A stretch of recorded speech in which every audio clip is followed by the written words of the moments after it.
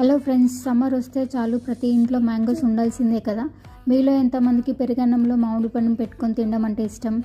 నాకు దానికి చిన్న స్టోరీ ఉంది, మీతో షేర్ చేసుకుంటాను. మా పెళ్ళైన కొత్తలో మా అత్తమ్మ ఇలానే మ్యాంగోస్ పీల్ తీసి కట్ చేసి మా వారికి పెరుగన్నంలో పెట్టి తినిపించేది. అప్పుడు నేను ఫస్ట్ టైం చూడడము, అప్పటి వరకు అసలు ఆ టేస్ట్ ఎలా ఉంటుందో కూడా నాకు తెలియదు. అసలు అత్తమ్మ మా వారు ఇద్దరు నన్ను కూడా ట్రై చేయమని చెప్పారు. నేను నా వల్ల అవ్వదు, నాకు ఇష్టం ఉండదు అలా మిక్స్ చేసుకొని తినడం అని చెప్పా. బట్ అప్పుడు మా వారు ఒక్కసారి ట్రై చేయి, నచ్చకపోతే చూద్దాము, అసలు తిన్నాక నువ్వు ఆ మాట కూడా చెప్పవన్నారు. సరే అని నేను కూడా మా వారి మాట మీద నమ్మకంతో ట్రై చేశా. అప్పుడు నాకు అసలు మ్యాంగో టేస్ట్ అంటే ఏంటో తెలిసింది. నేను ఫస్ట్ టైం అప్పుడే తినడము.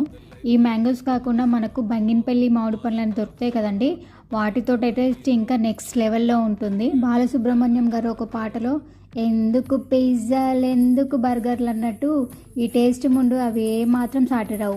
మరి మీరేమంటారు? మీలో ఎంతమందికి ఇలా మ్యాంగోస్ పెరుగన్నంలో కలుపుకొని తినడం అంటే ఇష్టం? రైస్లోకి సరిపడ గడ్డ పెరుగు వేసుకొని కొంచెం సాల్ట్ వేసుకొని బాగా కలుపుకొని కట్ చేసిన మ్యాంగో ముక్కలు పెట్టుకొని తింటే ఉంటుంది టేస్ట్ అంతే నెక్స్ట్ లెవెల్. మీరు కూడా ట్రై చేయండి.